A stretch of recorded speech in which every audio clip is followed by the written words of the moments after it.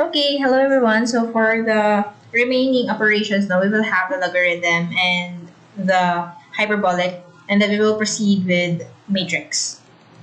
Okay? So, di ba before, we have talked about na yung mga other operations, so for example, yung multiplication, division, power, roots, all of those, para ma-compute mo siya, or para ma-perform mo yung mismong operation, you have to make sure na yung iyong complex number is in polar form. Similarly, kapag naman addition or subtraction, your complex number must be in rectangular form. However, kapag logarithm ang usapan, your complex number must be in its exponential form. And di ba, kapag exponential form, siya yung pinakamaarte. Kasi, maraming nagkakamali dito. Kasi before, yung other forms, yung kanilang angle here, yung theta nila, can either be degrees or rads. Pero kapag exponential form, this is exclusively in rads. Okay? Naka-rads dapat siya. So, meaning, kung logarithm yung may encounter yung problem, yung calculator nyo dapat ay palaging naka-rad mode. Kasi kapag naka-degree mode dyan, mag-iiba yung answer mo. Okay? Sige. So, para mas smoother yung ating, discussion, no? I have already, placed the necessary logarithm or logarithmic rules para sa ating discussion, no? So, among these four, actually, mas madami pa tayong rules dito, no? Nilagay ko lang yung pinaka-importante. Among these four, ang gamit na gamit dyan is this one, the change of base. Bakit? Kasi kapag complex number, in order for you to perform the operation itself, kailangan same palagi sila ng base. Kailangan parehas lagi sila ng base. Kasi, most probably, no, yung inyong may encounter na problem, dalawa ang iyong complex numbers. Isa for the value and isa for the base itself. Now, just to give you an overview, no, kapag logarithm, yung operation na kailangan mong i-perform, yung dalawang complex number na yan ay itatrato mo as different value. So, mawawala na ngayon yung concept of the base. Okay? Parehas na sila ng base, and itatrato mo na yung bawat complex number. For example, this is complex number 1, this is complex number 2. Okay? So, ang mangyayari, wait lang, paano ba tayo baba? Yan. So, ang mangyayari now is the logarithm of the first complex number, no, all over the logarithm of the second complex number. So, di ba ito kanina, siya ay base, pero kapag nagpo-perform ka nga ng logarithm sa isang complex number, so dalawang complex numbers, tiyatrato mo siya ngayon as two different values, and nawawala na yung concept of base. Bakit? Kasi napapalitan na siya. You are assuming na ngayon na same na sila ng base. So, for example, parehas na sila ng base, which is base A. Okay? So, para mas maintindihan po natin, punta tayo dito sa example natin. Ayan. So, papansin mo, meron tayong dalawang complex number, isa for the value itself and isa for the base. Pero sabi ko nga, kapag mag-perform ka ng logarithm operation sa dalawang complex numbers, nawawala na yung concept of base kasi nga nagiging same na sila ng base. Pinipilit mo maging pareha sila ng base. So, paano yun? No? Di ba recall na say for example, meron ako ditong logarithm or I want to get the logarithm of a certain value b with base a. So, sabi ko, kung itatrato natin each values a and b as two different complex numbers, what I'll do is I will get the logarithm of b all over the logarithm of a. And the default, di ba, kahit wala tayong logarithm, kahit wala tayong base dito na nakalagay explicitly, we assume na kapag wala siyang logarithm, wala siyang base dito, we assume that this will be base 10. Similarly, no, wait lang. pataging red.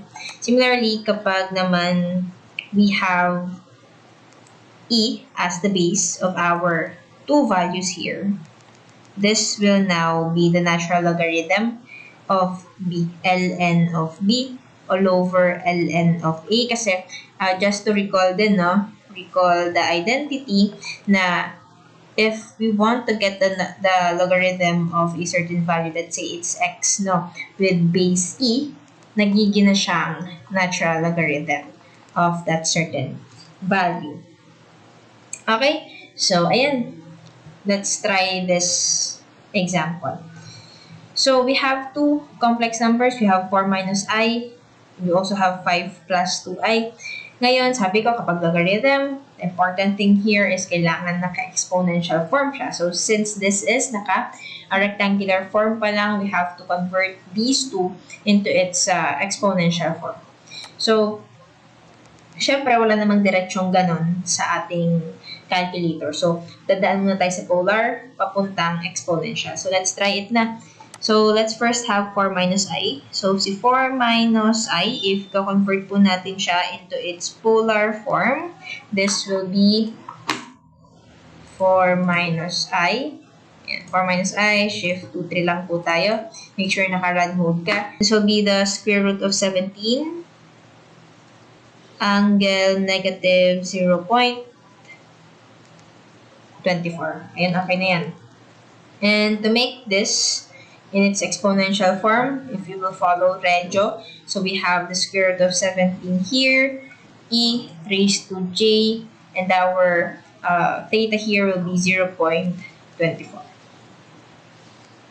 Now, for the 5 plus 2i, or for the value 5 plus 2i, if you will convert this into its polar form, wait lang, 5 plus 2i, shift to 3 na agad natin, shift to 3, this will be square root of 29, square root of 29, angle 0.38, and if you convert it into its exponential form, this will be square root of 29, e raised to j 0.38. And now, we can perform the two operations. So with that, now if you will follow this formula here, ito, papansin nyo, pinaghiwalay niya yung r, kinuha niya yung natural logarithm of r, then i-add pa lagi natin siya dun sa exponent e. So let's perform this one lang. So we have the natural logarithm of z, sulat ko lang dito, is equal to the natural logarithm of r plus j theta, or the exponent of our e here.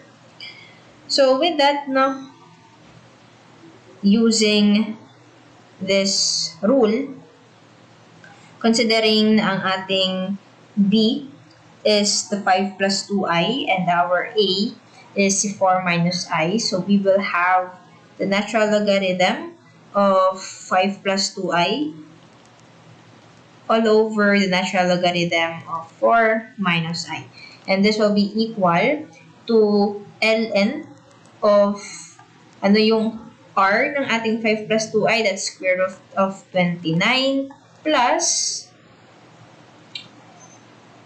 0.38i all over ln of square root of 17 minus siya kasi this is negative, this one.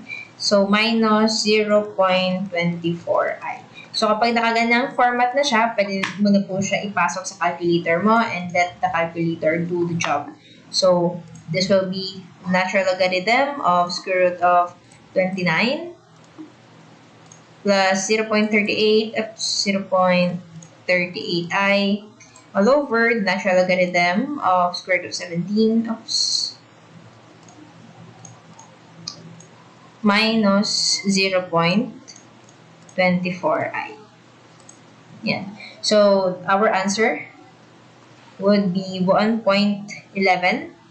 plus 0.46i. Just to check lang din na, ayan, i. Or, kung i-polar form po natin siya, this will be 1.2 or 1.2 angle 0. Let's check 39. So that is our answer for this problem.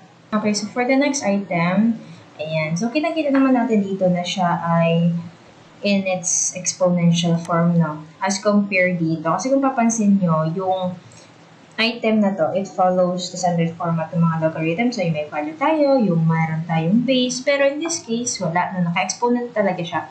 So, kung papansin nyo, di ba?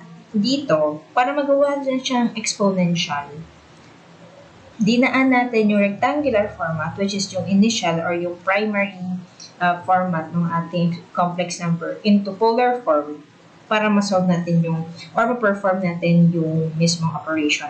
Pero in this case, no, naka-exponential siya. And actually, this item involves inverse logarithm. So, magre-reverse tayo ng steps. Kung kanina, nag-convert tayo ng rectangular to exponential, in this case, sa exponential, ibabalik naman natin siya into its rectangular format.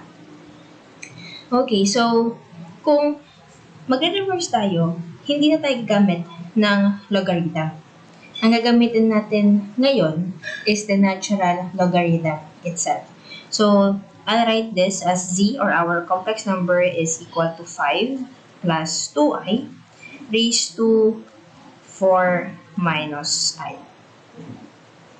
So, in order for us na maging rectangular form siya, kailangan natin alisin yung exponent niya. And, di ba, para magawa natin or mababa natin yung exponent, kailangan natin mag-perform ng natural logarithm sa both sides. So, what I'll do is we will apply ln and ln dito para magiging ln of z na po siya is equal to 4 minus I ln of 5 plus 2i. Eh, diba ito, this one follows this rule. This one. Eh, hindi pa naman siya naka-exponential form. So, what we'll do is, i-convert muna natin ito into its rectangle, into its polar form. So, this will be square root of 29 angle 0.38. Yung kayo na pa natin sinosolve sa calculator, no?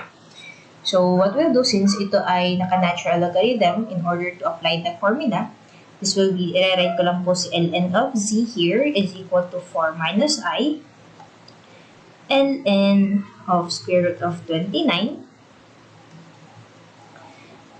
plus 0.38i. So, lagyan ko lang dito ng bracket para at least alam natin na itong quantity na to ay nakamultiply kay 4 minus i. So, if ilalagay po natin siya sa calculator, this will be 4 minus i ln square root of 29. So, maglagay na agad tayo dito ng parentheses, square root of 29, and then proceed tayo kay 0.38i. So, check lang natin, 4 minus I. Okay. So, pag pinas natin yung equal sign, this will be equal to 7.11. So, this will be ln of z is equal to, gawin ko na lang siyang 7.1. Sige, 7.11 na lang. Minus 0.16. 0.16 tayo. Okay. Okay, pero, kung yan yung ating ilalagay na sagot, hindi pa yan yung magiging final answer. Bakit? Kasi, may natural logarithm pa tayo dito. Oh. Kailangan natin siyang ibalik to its original form, which is si z. So, ang goal natin, maalis si ln. And ano nga yung nilalagay natin, yung piniperform natin para matanggal yung natural logarithm? It's the e. So, nagre-raise tayo, gumagamit tayo ng exponential. So, i-raise natin ito by e. Ganun din dito. So, kapag ginawa natin yan, matitira sa atin is si z. And this will be now e raised to 7.12 minus j 0.16. So, before mo i-plug yan sa calculator, let me recall lang the concept, no? That e raised to m plus n will be also equal to e raised to m multiplied to e raised to n, which actually follows the exponential form ng ating complex number. So, paghihiwalayin lang talaga natin siya. So, pwede ko siyang i-rewrite kasi as e raised to 7.12 multiplied by e raised to negative 0.16 J. So, simplifying the equation, no, kapag pinerform natin to sa iyong calculator, this will be equal to 1,236.45. And then, this, just copy it na lang, no? So, this will be negative, e raised to negative j 0.16. And that is your answer. So, for the next topic, no, we will have the hyperbolic operation, so which is actually the last operation for complex numbers. So, actually, itong operation na ito ay by formula na lang, no? So, please memorize na lang, pero better kung makakaharapin ng pattern.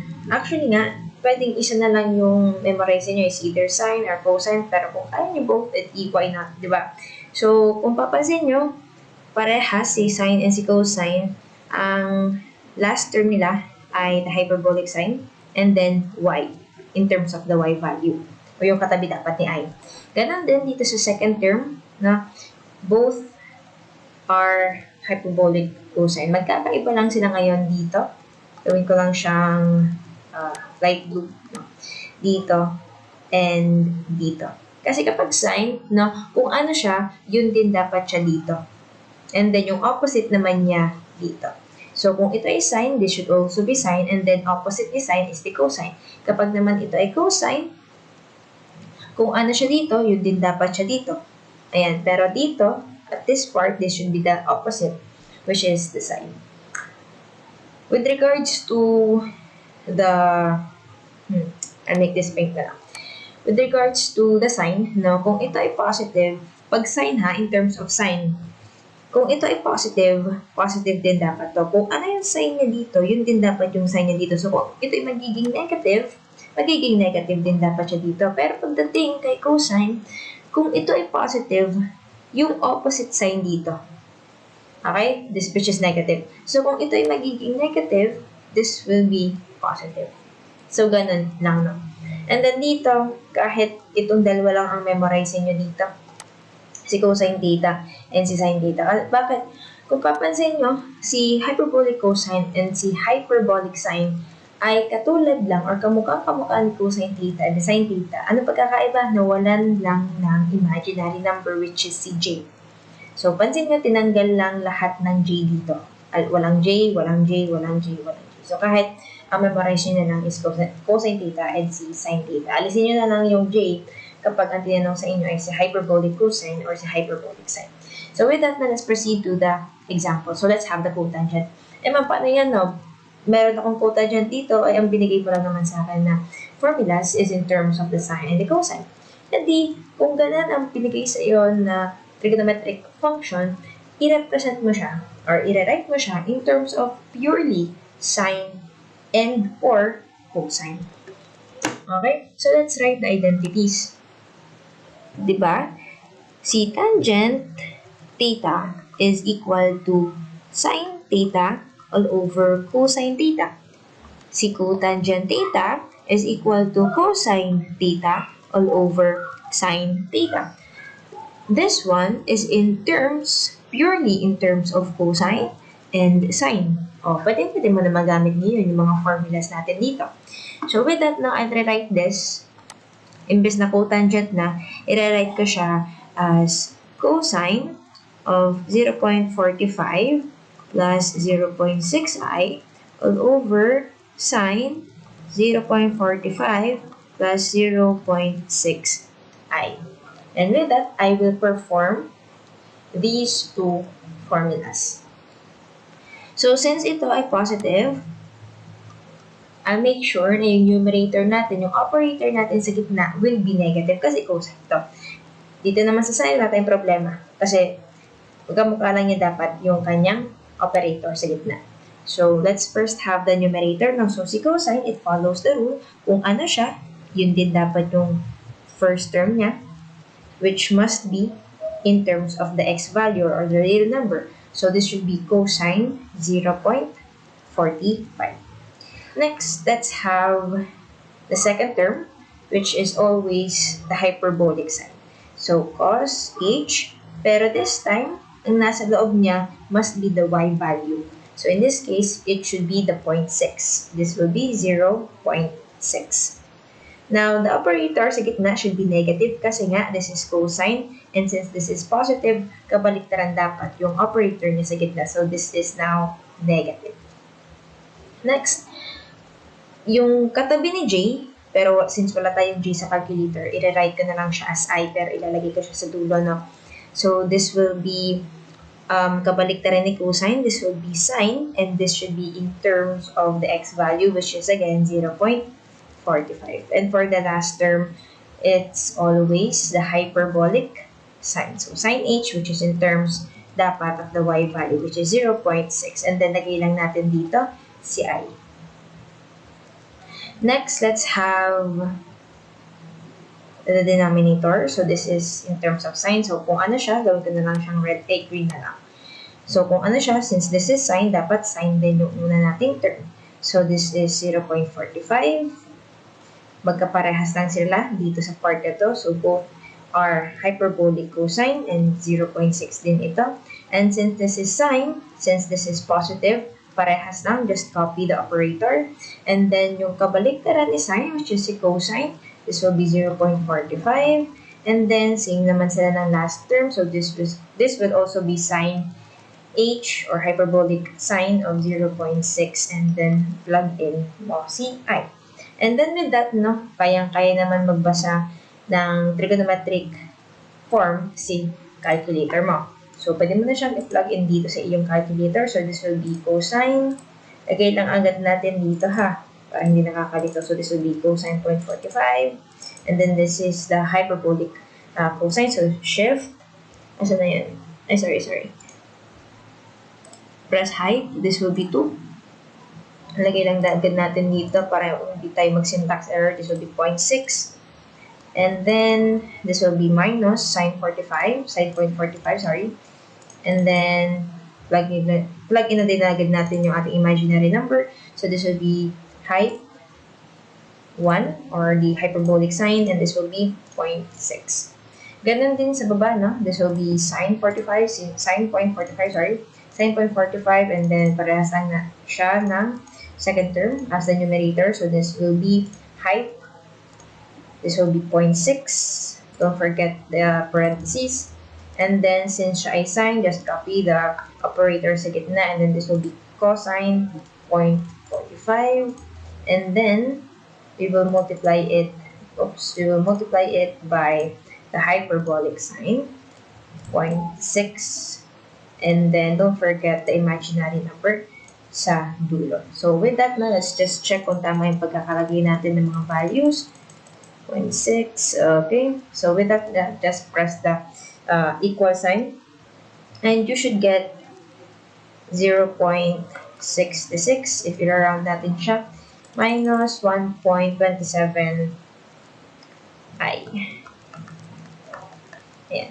So, pwede din naman in polar form. Now, shift 2, 3 lang po tayo. So, this will be 1.4, 3, angle negative 1.1.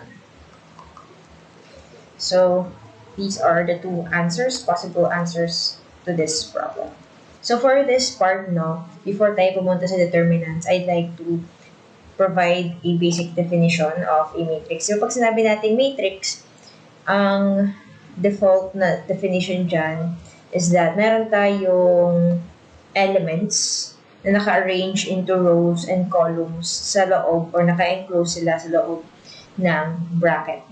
And each element has its corresponding row number and column number. So for example, I have here the element 1, which is located in the first row at the first column.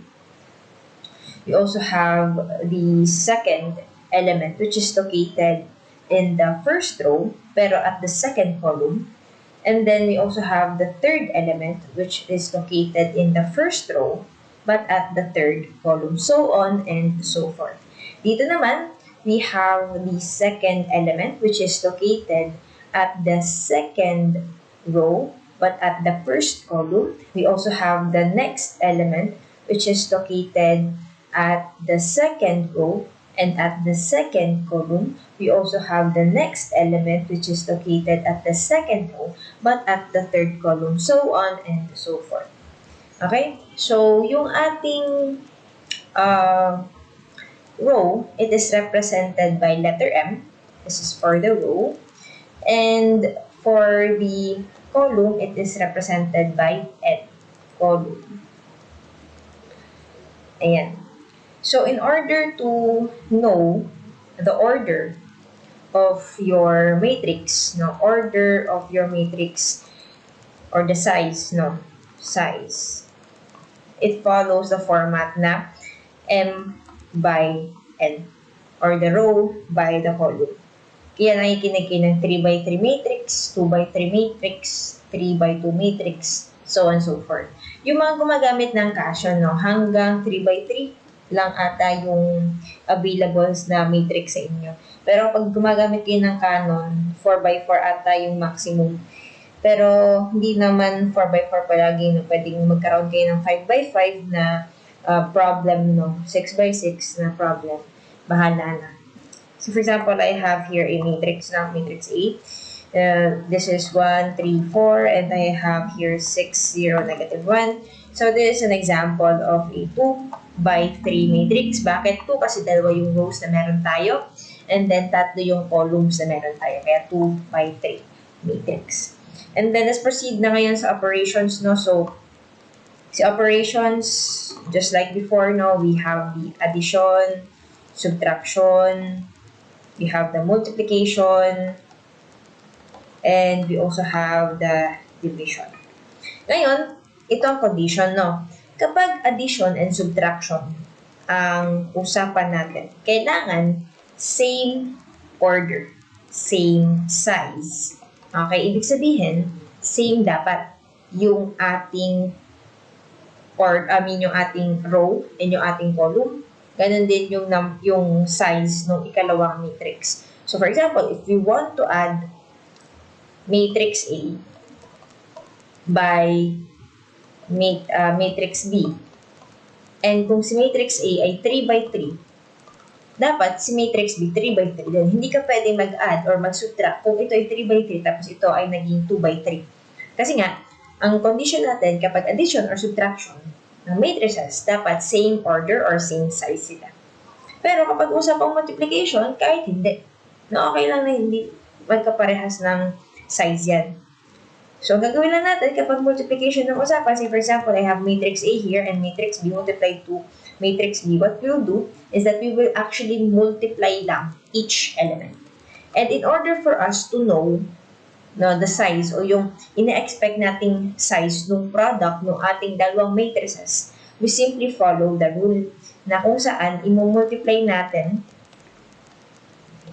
yung dimensions ng bawat matrix. Ayan. So, dito, yung loob, yung inside, dapat equal sila. So, n sub 1 must be equal to m sub 2. Okay? Or yung column ni first matrix must be the same number as the row of the second matrix. Pero dito, sa outside, this should be multiplied or this should be the product. Okay? So, dito natin malalaman yung ine-expect nating size ng ating kakalabasan na matrix. And then for the division, so if we want to divide matrix A by matrix B, so gagawin lang natin, i-multiply natin si matrix A by the inverse of matrix B. So ganun lang.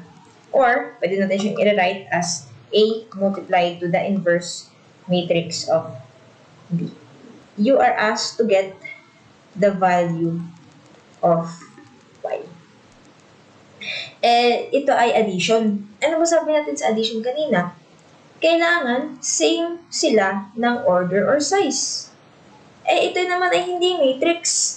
Diba? This is x alone. So, gawin lang natin same ng order or same ng size as this matrix here. So, kung ito ay 3 by 2, gawin lang din natin itong matrix na 3 by 2 na ang laman ay puro x. What do I mean by that? So, this will be x, x, x, x, x, and x. Tapos, equal daw siya sa negative 9, 0, 1, negative 8, 4, and 0. The problem is, we have to get the value of y. Paano yun? No. Diba, sa concept of adding, ang ina-add lang natin is element per element. What do I mean by that? I-add lang natin si first element para kay first element para kay first element. Ganon din dito. Second element kay second element para kay second element. Okay? So, sige, let's utilize that concept now. So, sabi dito, si 2x, kapag inad ko daw kay x, ang lalabas sa atin is negative 9. So, this will be 3x is equal to negative 9. Since gusto ko lang naman ay si x, therefore, our x is equal to negative 3. Ayan, may answer tayo kay negative 3, but that's not what we are asked to do. We are asked to get the value of our y. So, ano gagawin natin? So, si y over 2, i-add natin kay x, and dapat naka-equate siya kanino? Kay 1. So, let's try that now. So, this will be y all over 2 plus x is equal to 1, and our value for x is equal to negative 3. So, this will be y all over 2 minus 3 is equal to 1. So, if mano-mano, okay lang naman. So, if we will multiply both sides by 2, this will be y minus 6 is equal to 2. Transposing, this will be y is equal to 2 plus 6, y is equal to 8. Therefore, our answer for this problem is, ayun yun. Next, we are asked naman, no, to multiply matrix A and matrix B. So, let's try lang, no. For example, our matrix A here is 3, 2, 1, 1, 9, 0, 6. Ayan. And ang ating B, matrix B, is equal to 1, 2. So, let's have the size muna. No? So, this is a 3 by 2 matrix. This is a 2 by 1 matrix. Ayan. So, ano sabi natin? I-multiply lang natin yung dimensions para at least alam natin ano yung size na magiging product ng ating matrix. So, 2 times 1. So, di ba sabi natin kanina, yung inside dapat equal sila. O, equal ba si 2 kay 2? Oo, syempre. And then, dito, dito sa outside, dito natin malalaman kung ano yung size ng ating matrix product. So, 3 times 1 is of course, 3 by 1 yung ating ina-expect na sagot sa product nilang dalawa. Okay? So, with that, no? Let's try lang, no? So, paano to? I-multiply natin lahat ng nasa first column sa first row and lahat ng nasa second column sa second row. So, ibig sabihin, m sub 1, n sub 1, and m sub 2, n sub 2. Okay? So, this one, 3 multiplied by 1 added to 2 multiplied to 2. Ganun din dito, this will be 1 multiplied by 1 plus 9 multiplied by 2. Then this will be 0 multiplied by 1 plus 6 multiplied by 2. So this will be 7, this will be 19, and this will be 12. So tama no, we have a 3 by 1 matrix here. So the concept of minor is that it follows the idea na if we want to get the minor of a certain element, so for example, this element here, gumagawa tayo ng panibagong determinant made from the new matrix. Okay, so for example, if I want to get the minor of this element here located at the first row, at the first column, I will call this C sub 1, 1. Gagawin ko, tatakloban ko lahat. No? Tatakloban ko lahat ng elements na covered ng kanyang row and ng kanyang column. So, matitira na lang sa atin ngayon is this one. So, ngayon, may panibago na tayong 2 by 2 matrix. So, the minor of the first element is the determinant of this matrix. So, kung magmamano-mano tayo, it follows the format na down minus up. So, what that means is that si down, imumultiply lang natin. Si 5 and 9, isusubtract natin dun sa up, which is 8 times 6. So, this will be 45 minus 48. And we will have an answer of negative 3. O, yan ngayon yung minor ng first element. So, if you want to check, no, you can actually plug this sa calculator nyo. Just make sure naka-mode 6 kayo. Then, this is a 2 by 2 matrix. So, we have, this is a 2 by 2 matrix. This will be 5, 6, 8, and 9. And in order for you to get the determinant of that, so punta kayo sa shift 4. And then, kita nyo yung 7 dyan. That stands for determinant. So, 7. Tapos, i-plug in lang natin yung matrix kung saan nakastore itong matrix natin na ito. So, this will be in matrix A. So, with that, no, the answer is negative 3. Now, what about the element at the second column, but at the first row, or this one? Okay? The element at the first row and at the second column. So, ganun din. No. So, takloban lahat natin yung nako-cover niyang row and yung nako-cover niyang column. So, ang matitira sa atin ngayon na bagong matrix is 3, 6, 1, and 9. So, ganun din, no? If you want to get the minor of the element at the first row and at the second column, we simply use down minus up fashion. So, this will be 3 times 9 minus 6 times 1. So, this will be 27 minus 6, which is equal to 21.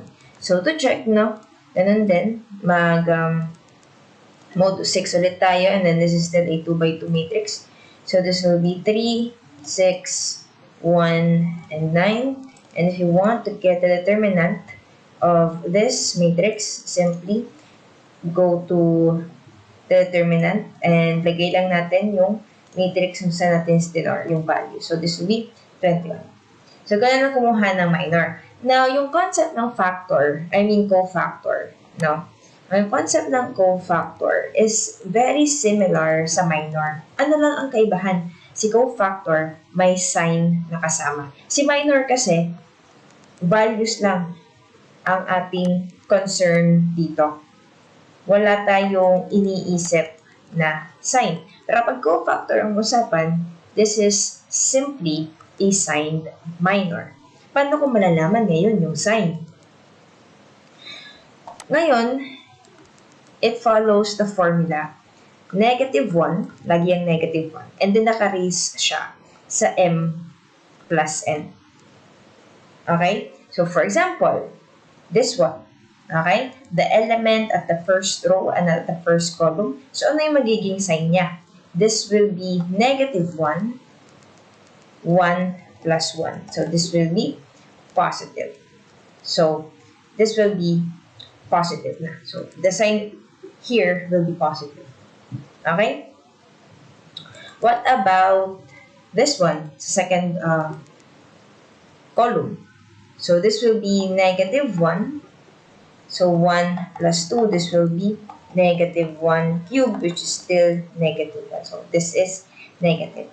Or kung ayaw nyo gumamit ng formula, pwede din naman. No? Basta ang tatandaan nyo, pag sinabi natin cofactor, bawal maging same yung ating sign. So, if this is positive, this should be negative, positive, negative, positive, negative, positive, negative, positive. Salitan yung signs natin. Okay? So, yun. So, let's try now. What if I want to get the cofactor of... sige. Ito na lang.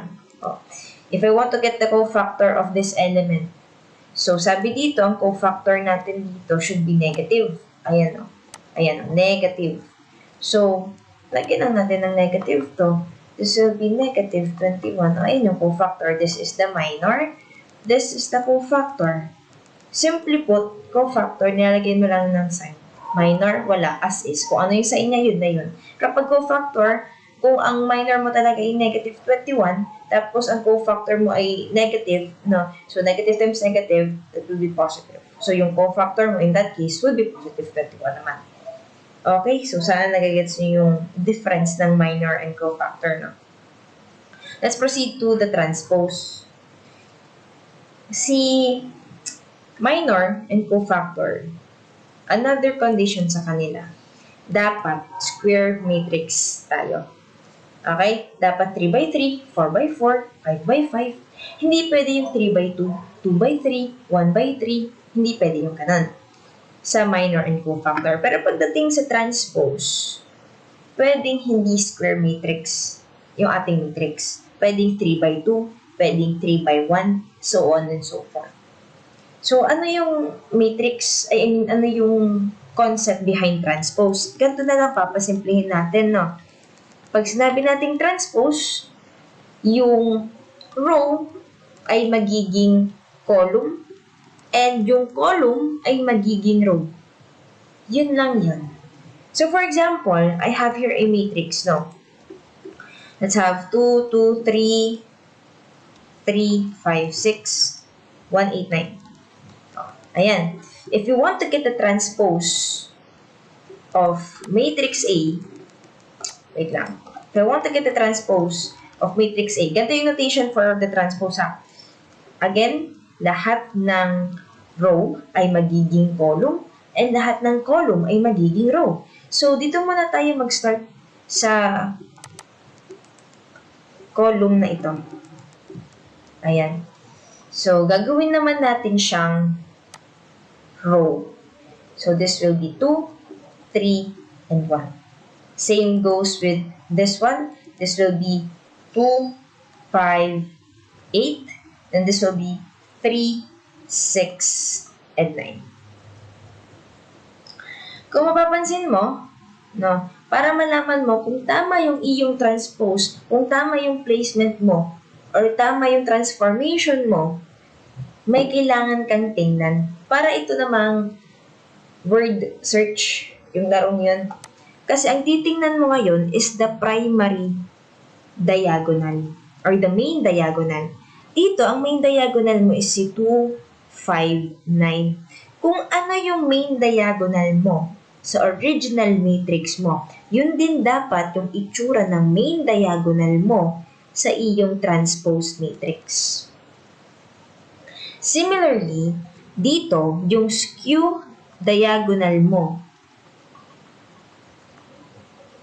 should be the opposite of your skew diagonal sa transpose mo.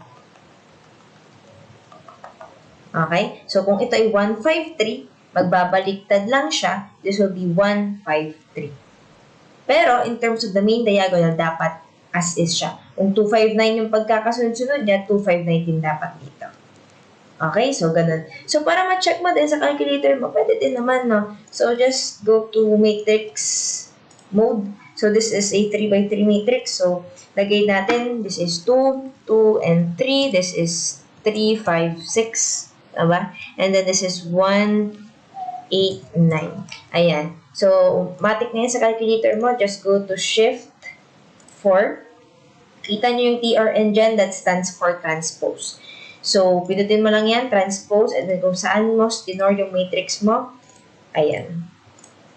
Diba? 2, 3, 1, 2, 5, 8, 3, 6, 9. Okay, so tama tayo ng transpose.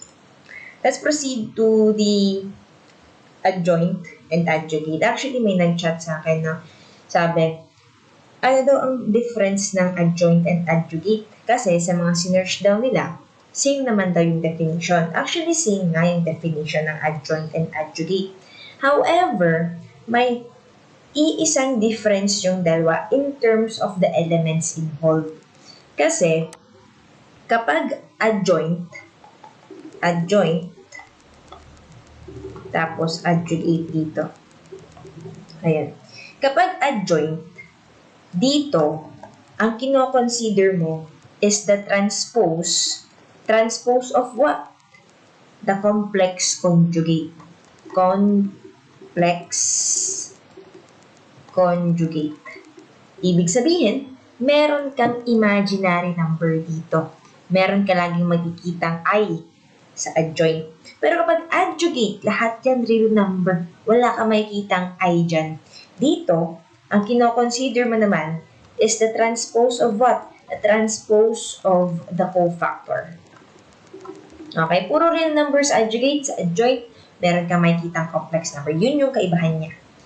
So, for example, no, if I have a matrix here, na ang given sa akin is 1 plus I, tapos ito is 2 minus 3I.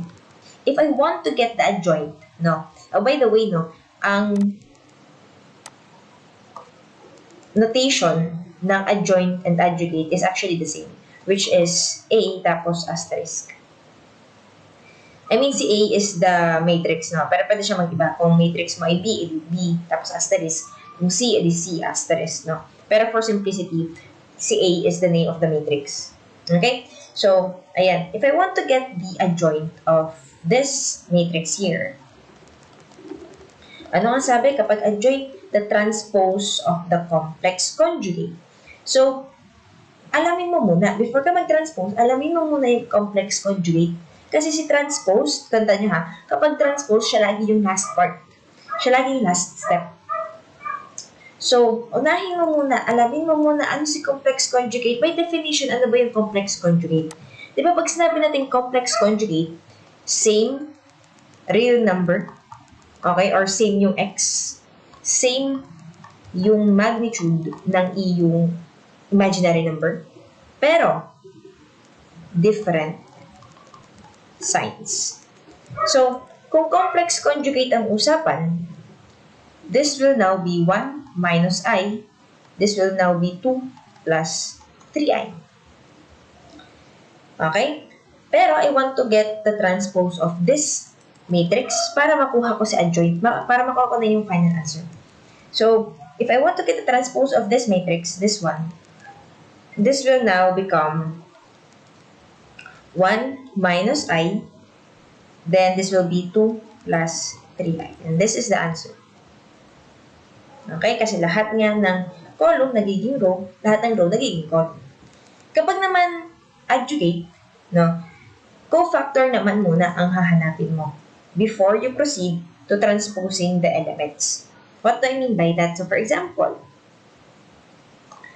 if I have here matrix A, and meron siyang 1, 2, 3, 4. Isulat ko na din yung ating mga signs. So, dapat salitan sila. Positive, negative. This will be negative, positive. Para makuha mo yung cofactor na ulit, gagawin mo lang, kukunin mo si determinant. So, itadiretso ko na dito ha, for each element.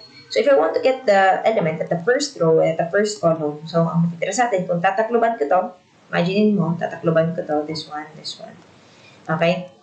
Ang mangyayari, matitira sa atin, this will be, ang sign niya, ilagay mo muna yung sign para dire-diretso ka na, yun yung technique, no? Lagay mo yung sign agad sa labas. Anong matitira sa'yo pag tinakloban mo? Siyempre, 4 na lang. So, therefore, this will be positive 4. Kasi nga, ganun kasimple, kasi this is just a 2 by 2.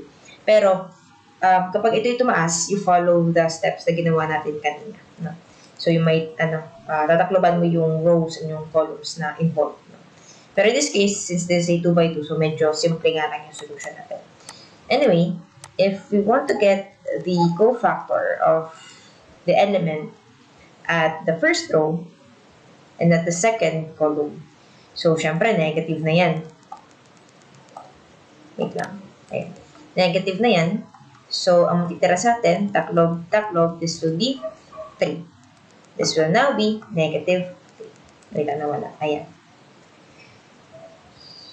So, next, no, if we want to get the element or the cofactor of the element at the second row and at the first column, syempre, this is negative. So, ang matitira sa atin is, of course, 2. So, this will be negative 2. And lastly, if I want to get the element at the second row and at the second column, i-move ko lang siya dito. Siyempre, this is positive. So, ang matitira sa atin is 1. So, therefore, this is positive 1. So, kung i-rewrite lang natin ulit, guys, no? So, yung ating cofactor pala ngayon is positive 4. This will be negative 3. This will be negative 2. And this will be positive 1. So, this is the cofactor. Okay, lagyan na natin ng C dyan para ma-indicate na siya ay cofactor. Pero, if we want to get the adjugate, wait lang, the adjugate, we have to transpose everything. No? Ayan. If we want to get the adjugate, we have to transpose everything. So, ibig sabihin, lahat ng rows ay magiging columns and lahat ng columns ay magiging rows. So, this will now be 4, negative 2, negative 3, and this is 1. So, for the inverse of a matrix, no, it follows this formula. Okay? And this is the proper way of representing the inverse of a matrix. So, meron siyang negative 1 or naka-negate yung ating matrix. So, ano ibig sabihin itong formula na ito, ma'am? So, this one stands for the adjoint or adjugate. Okay? Depende, no? So, kung may imaginary number, yung iyong elements, so you proceed with the adjoint. Pero kung wala, you simply get the cofactor and you get the adjugate.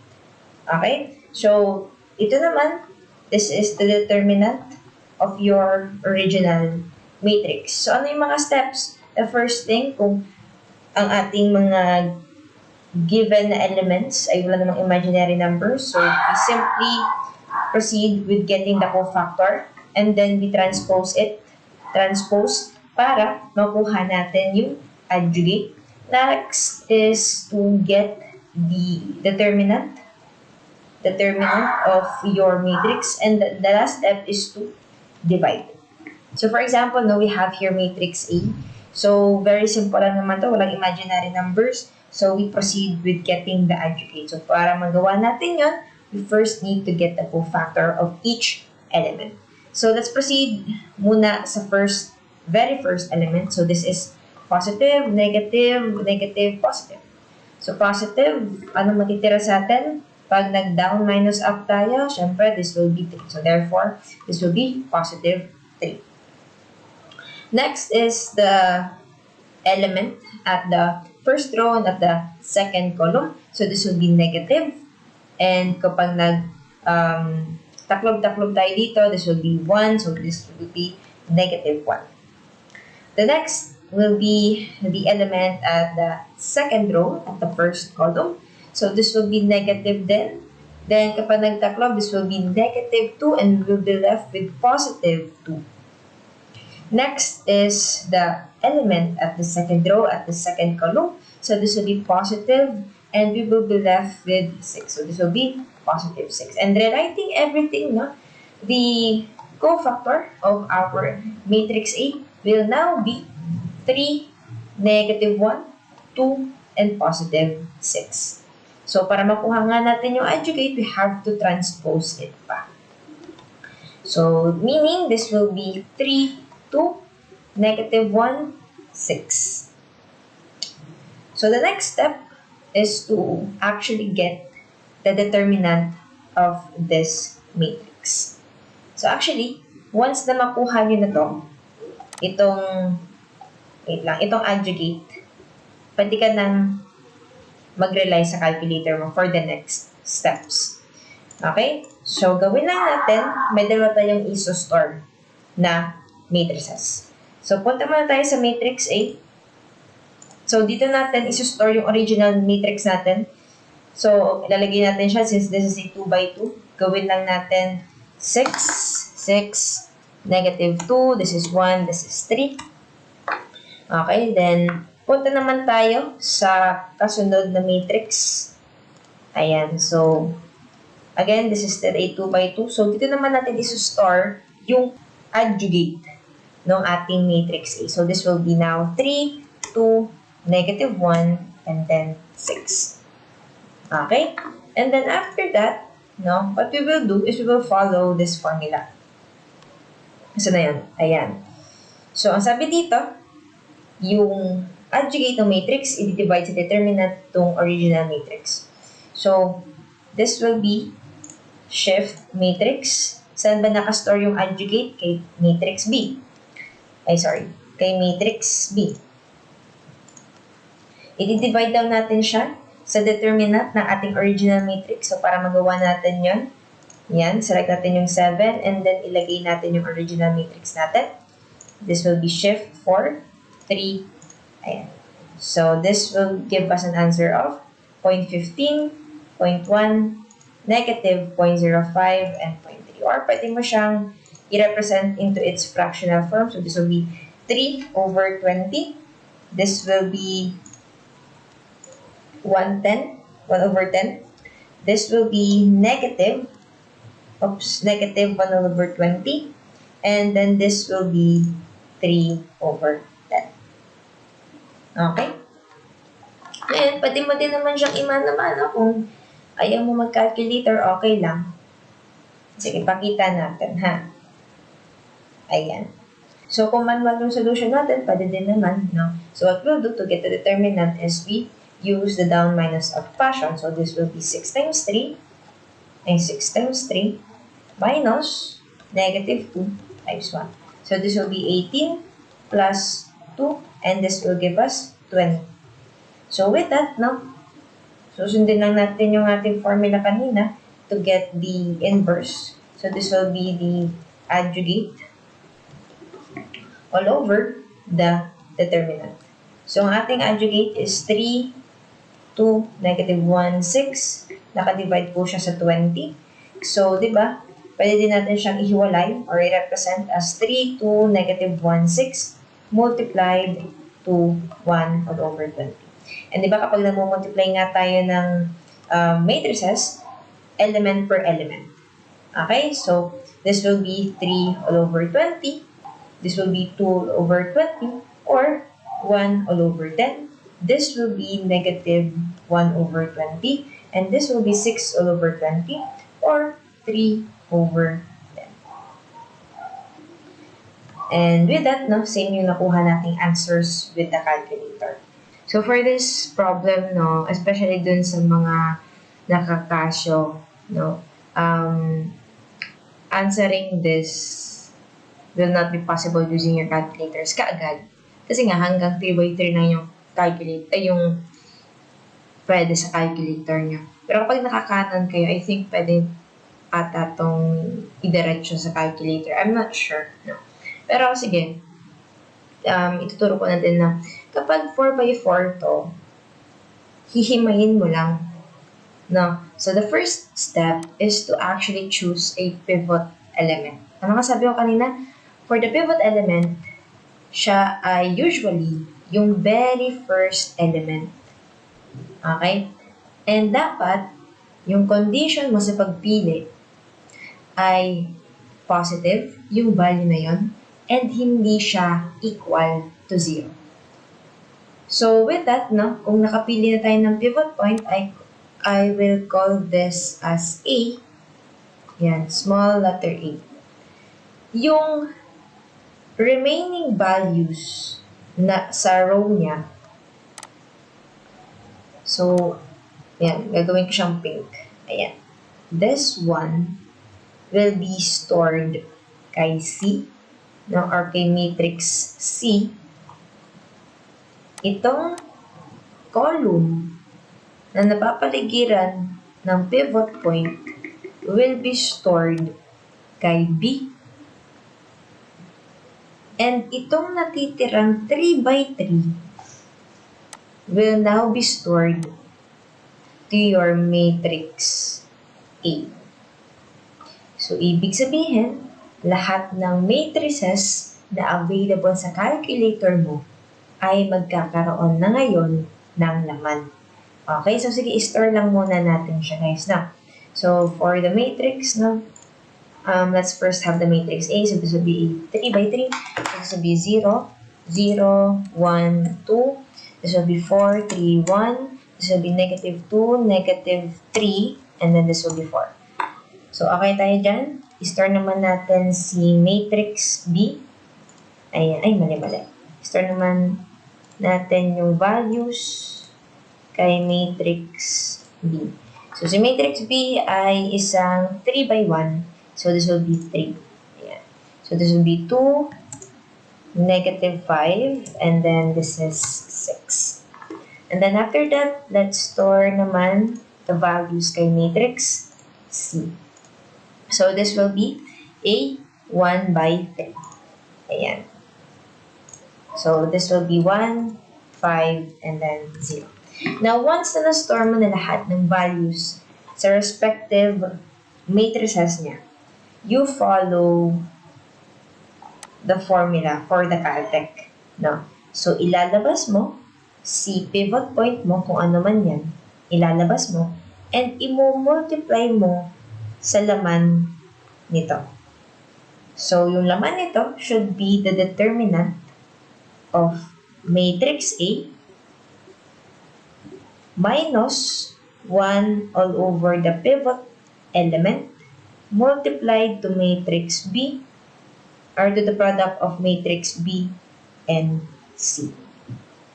Again, kung ganito yung ating matrix, ang ating pivot element dito is 3, i-multiply ko siya ngayon sa determinant